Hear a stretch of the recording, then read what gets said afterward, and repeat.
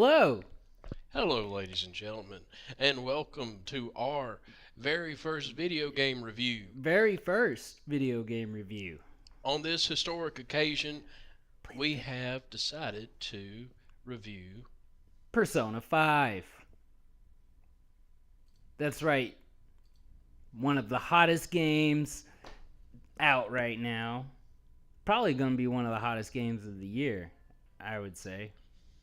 Would you not agree? This game is sizzling.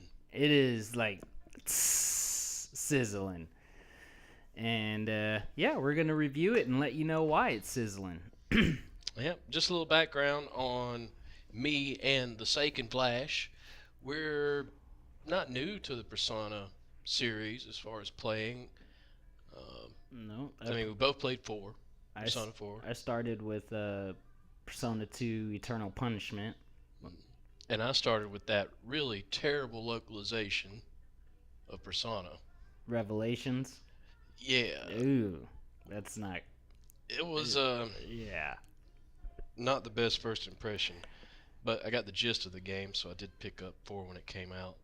So we're not new to the Persona series, but I gotta say this game still blew me away. Yeah, it's right up there with like Shin Megami Tensei Nocturne. Probably a little better, and that's one of my favorites. But yeah, everything in this game from start to where I am now. I haven't beat it yet, but it's just blowing my mind every step of the way. Yep. Well, I guess we'll start with the gameplay. Yeah. Gameplay? Well, if you've played Persona 3 or 4, you'd be pretty familiar with the day-to-day school life, doing activities like studying, going to the library, stuff like that. Managing your time. Yeah. Yeah, hanging out with friends. And you've got the whole dual life going on, just like you do with the other Persona games, where you're a normal person by day, Mm-hmm. but you're a hero of justice by night. Yeah. And I would say in this game you're more of a bad guy of justice. You're like Batman. No, more like Dexter. I would say.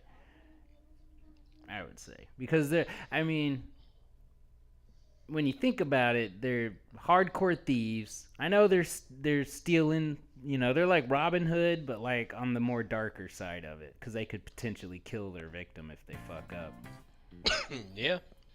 Yep. and they're okay with that. Speaking of the whole Phantom Thief thing, in terms of gameplay, the turn-based RPG aspect was really refreshing to see a new game with up-to-date turn-based. Everyone said that turn-based is a thing of the past. Archaic. Final Fantasy sure as hell has. Yeah. We don't need that turn-based. They abandoned it since 12, right? Yeah. We don't. The turn base is old news. No, it's not. You just need to refine it, and they did an excellent job refining turn-based battles here in this game. Yeah, basically, if you want to beat this game, you just start every battle by pressing start. And if you press your start, aka the options button, everyone will automatically attack and keep automatically attacking until something dies. And that's been my primary strategy, and it's working out okay. That's not good advice at all. Don't listen to him, ladies and gentlemen. But then again, Emotep always plays his games on the easier difficulties. I usually do until they insult me with the titles. If it was just called easy, yeah, maybe. But this one said safe mode. I think it was something like safety. Other games said like casual. Yeah. It just forces me to click normal. Even if there's a option between that says easy, if there's an option that's like safe mode, casual mode, I'm going to go to normal, at least to try to redeem myself from always picking easy. Do you seriously just auto battle your way through most fights?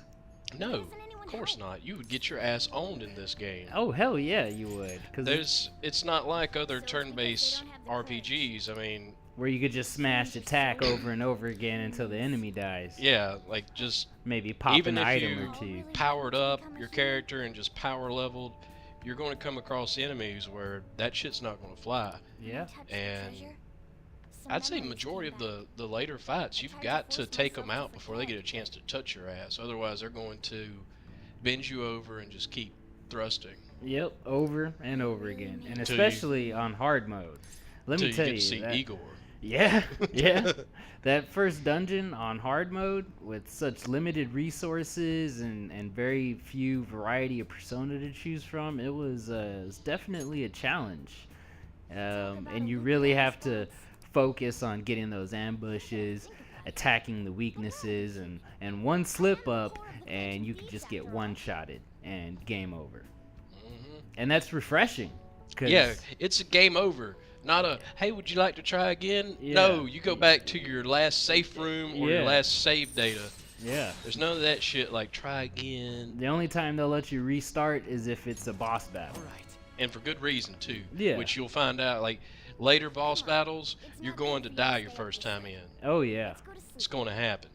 yeah, Speaking of gameplay and, the ambush mechanic, a lot of people have been giving it a lot of, I guess a lot of crap about the stealth system, which I don't really call it a stealth system. It's not. no, It's not a stealth system. You can literally, if you're in hiding, an enemy could be right up there on your ass, totally sees you, but they're not going to attack because you're technically in hiding. Yeah, The camera angles kind of get crazy with that, but once you figure out the system, it's not bad.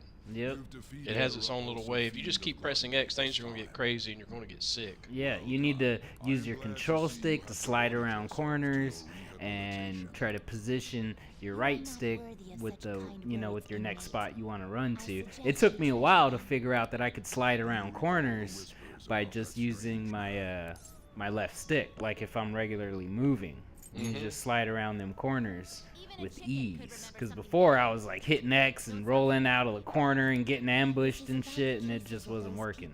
But yeah, So the stealth camera thing, if it's caused by bad gameplay. I mean, if it starts looking crazy, you're not doing it right. yeah, And I don't consider that a flaw. It's just get good. yeah. Get good, noob. Yep. Next is graphics. Yeah, it's a very stylish game. Had to say stylish at least 5 times in this review. Yeah, yeah, because it's got so much style. It's got style coming out of its style. Mm-hmm. Yep. Right from the opening little movie there, Yeah. you're just like, whoa! Everyone's like, just so fancy. Mm-hmm. It's so fancy and stylish. And you got jazz type stuff. Yeah. Jazz is style right there. It's like a cross between Jet Grind Radio and Persona. Persona. Yeah, pretty much. But yeah, it's got so much style. Everything. The menus are super stylish. Your interactions and your cut-ins and all that. Everything is just done like the comic book, the graffiti type artwork. It's all very well done. A lot of stuff you see, you're like, they didn't really have to do that, but they did because there's a lot of love put into this game. Yeah, And yeah. you can really tell it wasn't rushed. They wasn't rushing to get it out and get a quick Yeah. buck like some people do. Yeah, and it wasn't delayed forever and a day just to add little minor tweaks. I mean, we saw a little bit of a delay, I was about to Of say, course. I was like, dude. but other games it's gonna be a delay, like Final Fantasy 15. We're gonna Yeah. throw that game under the bus a lot, but I mean, how many delays did that game fucking have? Seriously. Delays are fine until they're like last minute delays where I've already gotten my money to pre-order the game. Yeah. Like it was literally a month until it came out and they're like, oh, we're pushing it We're back. pushing You it can't back. do that. Yeah, sorry, no, we're gonna delay that. But yeah, Persona 5, it had a small delay, and you know what? I'm glad they delayed it because they said they wanted to refine some stuff in the game, and clearly it shows that they did. And it proves a lot of this. It proves that you don't have to have a high pixel count. You don't have to have a super game engine. Yeah. As long as you put the time and effort to put the polish on there, any game can look good. Yeah. Yeah. Just give Like- it that certain style you want it to have, and You know, even if it's not like super high def graphics, once again, like Square Enix likes to do, I mean, you can still make it look nice and really sweet to look at. I mean, this runs on a PS3. Yeah. You know, it's still a really gorgeous game. Just because of the polish and the effort put into it. Yep, and everything just pops out at you. Everything's got its own little flavor, from unlocking your social links to, like I said, opening the menu, and even little mini games like when you go to the bathhouse or do the little burger challenge. Everything's got its own little style and feel to it, and it's not just like a whitewash. And it's like you step into the burger joint, black screen, you step out, oh, you passed the thing. No, you're actually in there trying to fucking chow down that burger. Yep. Well, let's move on to the music, sound, and voice. Yep, voice. Well, I play it in English. I know a lot of people, oh, you gotta play it in Japanese. Those are weeaboos. Those are weeaboos. Yeah, I play it in English, and you know what? I think they did a damn good job with the voice acting. Damn good job. Like Sojiro, man, Sojiro, he fucking nailed it. Hell yeah! Anyone who ever played Catherine's gonna recognize Sojiro because Yeah. that was your narrator in Catherine. Yep. He's a fucking awesome voice actor, Yep. and you'll notice a lot of other ones. I can't quite place who the voice actress or voice actor is, but like, I recognize that. And I really like Igor's voice. Yeah, The Igor's first time I heard Igor talking, I'm like, oh yeah, that voice fits him. And I was like, because I was expecting him to sound like, you know, fucking Frankenstein's Igor, like, yes, master. Hello, welcome No, to my velvet He's room. got that pimp voice, like, don't fuck with me, boy. Music, as always. Great. Yeah, I don't even know where to begin with the music, man. Yeah. I hear a lot of people saying, oh, well, it's not as memorable. I remember Persona 4's music a lot more, but you got to remember, you probably played Persona 4 for about 100 hours. So once you get about 100 hours into Persona 5, and I didn't even need that long, and I love the music. And the thing about Persona 5, it doesn't throw all the music at you at once. Like, you had a lot of tracks thrown at you towards the beginning, maybe 30 hours of Persona 4. And Persona 3. Yep. And on this one, they slowly, you're constantly surprised, and that's a really good thing because it's a long game. Yeah. But, you know, like maybe 10-hour intervals or 15-hour intervals, you'll get a new track, and you're like, wow, this is badass. And your dungeon tracks, some really great jobs on the dungeon tracks. Yeah, and the main battle theme, man, I love that main battle theme. They really did a good job. I'm always singing it in my head all the time when I'm like at work and shit, and I'm just humming that main battle theme. And yeah, I think they did a really good job with it, and it really fits the flow of the battle as well, because and the whole kind of flow of the game. You know, you never see them coming, and you know they're thieves, and it just kind of fits really well. Sound. I love the sound effects. Yeah, I mean, they're not. It's just sound, I guess. Yeah. What else can you say about Well, it? I love the little sprint when you cancel out of the menu. That little sprint. That I really like that sound. And Oh yeah, there's that one sound that's like click. That one's pretty cool too. Yeah. Yeah. You're just being facetious. Right Yeah. now, you stupid bastard. But the cancel out of the menu sound. That's the sound. I really like that sound. And I like the fact that every little thing has its own little sound effect. Because in some games, it's like everything you do is the same goddamn sound effect. Your confirmation through a dialogue prompt, you're opening the menu, you're scrolling through the menu, it's all the same fucking sound effect. I like how every little, like the confirmation of the dialogue to the next line is a different sound effect from when you open the menu, from then when you scroll through the menu and you select an option there, they're all different sounds. So it makes it a little bit more dynamic that way. Melee sounds are pretty cool too. They're Yeah. matched up to each individual weapon. Yeah, the guns, each gun sounds different. Like Ryuji's shotgun sounds nothing like Makoto's 6-shooter, but then again, her 6-shooter, which is also a pistol, sounds nothing like Joker's semi-automatic handgun. So, yeah, I like how all the guns have different sounds. That's it Yeah. for sound, music, and voice. We'll move on to characters, starting with the most amazing character, the Joker. The Joker.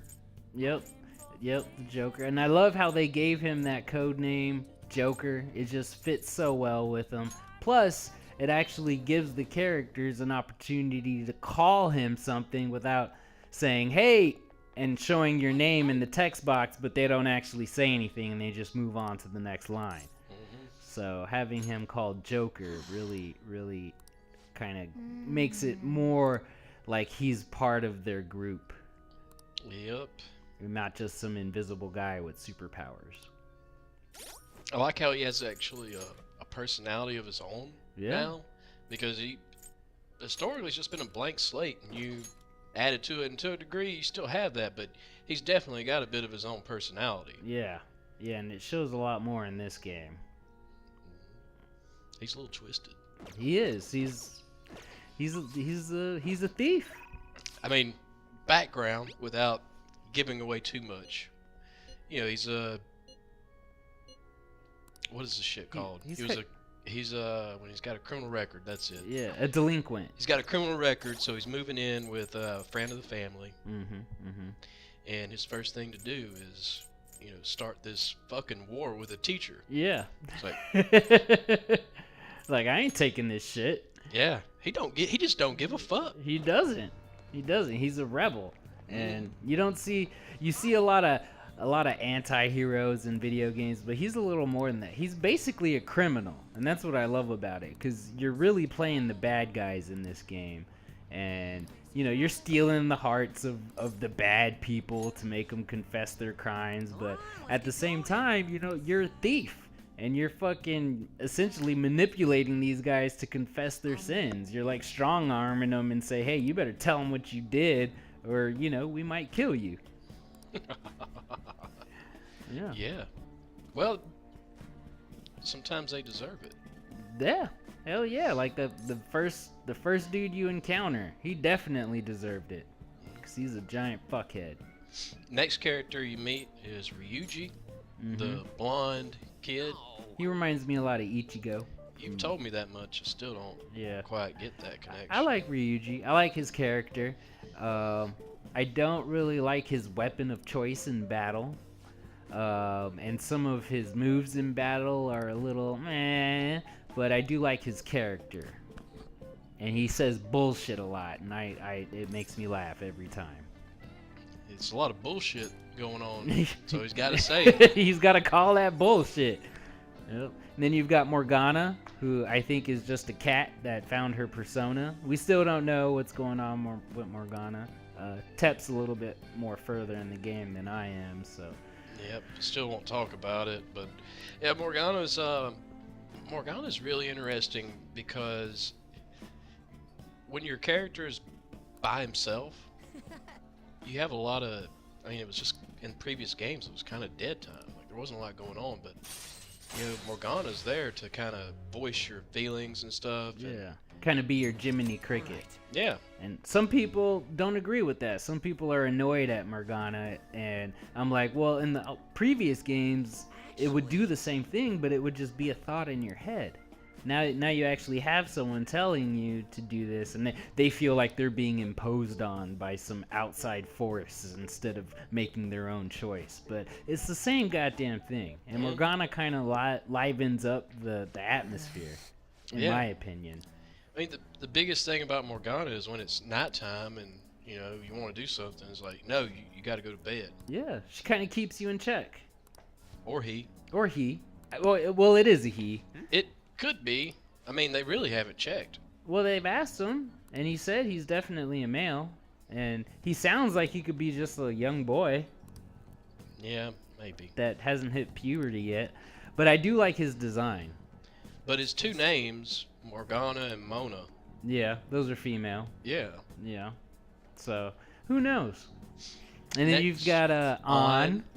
We'll leave it at On. We're not moving into That'll be the core characters. Yeah. Yeah. We don't want to spoil anything. Yeah, but Trying our best to be spoiler free here. everyone's seen the main character, Mona, Ryuji, and On, you know. So, On is your typical lover's arcana. She'll probably be the canon chick that you date. Romance. Yeah. But Everyone's gonna be romancing her. Bunch of normals. bunch of norms. But she's actually a good character. She's got a lot of depth, actually. Yeah, she's not like your prissy little. Well, I guess none of the Persona girls have been too prissy, but she's a little more. It's not so much what she is, but the game explores a lot of what it. I mean, I wouldn't know anything about this, but the game explores a lot about what it is to be someone like a really beautiful person, the shit they have to put up with. Yeah. And still be an outcast and yeah, and all the really, really hot people, like smoking hot people. Yeah, they're outcasts. Yeah, people talk shit behind their back all the Hell time, especially other females. So, and then it kind of goes through how she has to deal with that, and you know, she's a nice girl, a little rebellious as well, can kind of be a little brutal, just like the rest of the dudes. So. Yeah, and her whole thief outfit's pretty cool too. Yeah. So all in all, you know, the game is definitely really fun, and I think everybody should check it out. Holy shit, we talked too long. No, we didn't. We still got a little bit. We got like a minute and a half of video left. Story, we pretty much covered story. I mean, as far as a rating, I would say the story is doing its job. It's keeping me coming back. Yeah. You learn little bits and pieces here and there. Of course, they don't know how they got their powers. They don't know how this world materialized or how they access. They found out how they access it, but they don't really know why or who gave them this power. I think Igor did, because at one point he mentions if other people you meet need to get to this place, I'll allow them to go there. So I think Igor might have something to do with it. But there's still a lot of questions, and I'm about 40 hours in. I think Tep's about, what, 50? About 80. About 80 hours in, and yeah, we still got a whole lot of questions. Yeah, and I mean, one of the things that the game did effectively is it starts you at kind of at the middle of the game. And then it does flashbacks. And at the middle of the game, which is the beginning, you find out someone's betrayed you. Someone sold you out, is the quote they use. Someone sold you out. And that's what they tell you right at the beginning, too. Yep. Yes. Which is the middle. Let us go. Right. I think there's a term for that. It's now, I'm not very good with Latin. It's been a while since I was in college, but it's like in media res. It's a plot device where you start your story in the middle. So your driving force this whole time, at least for me, is I want to catch up to that middle part. Find out why he's locked up. What the hell's going on here? Yeah. You know, like, because you see it at the beginning, you're like, what the hell's going on? Yeah. How'd they get caught if they're going into a totally different universe? Yeah, they get busted by the cops. So like how does that happen? Yeah. So definitely, if you're a fan of RPGs, definitely a Persona fan, you need to go pick this one up. If you've missed the old turn-based combat, you need to go pick this one up. Or just if you like story-driven role-playing, this game is just so amazing. Even people that haven't played role-playing games, I would suggest picking this one up, giving it a try. Yeah, you can't go wrong. I mean, I can't imagine not liking this game. Yeah. It's a good foothold, like, just to get started in enjoying RPG genre in general. Yep. It's a really good one to start with because it doesn't overwhelm you.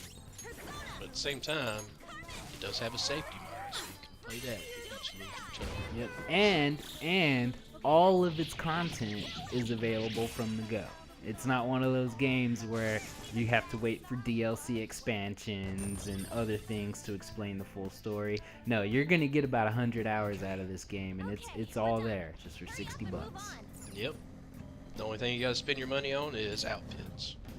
If you need to or want to. Oh, you will. All right. Well, we hope you enjoyed our first review. We'll be bringing more of these to you. We haven't given it a number. Oh, do we need to give it a number? Yeah, I'll- reviews got to give it a number. How about we give it fruits? No, I'll give it. no, we don't want to be unique. Fine, 7 bananas. Let's go. I'll give it a 9.5. I'm going to give it a perfect. There you go. 5 out of 5, 10 out of 10, 100 out of 100, and a smiley face. I'll concur. Okay. Well Smiley done. face.